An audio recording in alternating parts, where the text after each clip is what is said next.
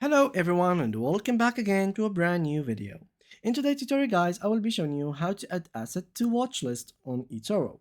Now Watchlist is basically a function or a feature in Etoro where you can literally focus on certain amount of asset that you want to keep an eye on all the week, all the day, so you don't have many information going through, only the one that you want to focus on. Now let me show you how you can add specific asset to this Watchlist feature. First of all, go ahead and open etoro.com and log in into your account. So I'm going to click here, I'm going to sign in with Gmail, and I'm going to choose my Gmail account that I have created my account with already. Then I'm going to go to here into the watchlist area. As you can see, I'm going to click on Nurture here. And as you will see here, let me just remove everything that I have already added before. So let me just remove.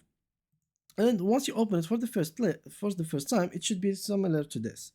So what you need to do is to literally click on the asset that you want to literally add to the watch list.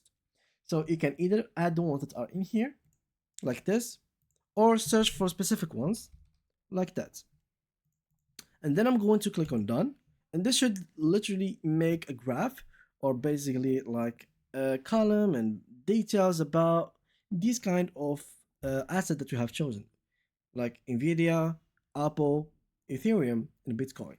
You'll have here the change ID, the shorts buy, and the week change, the 52 W range, and the sentiment.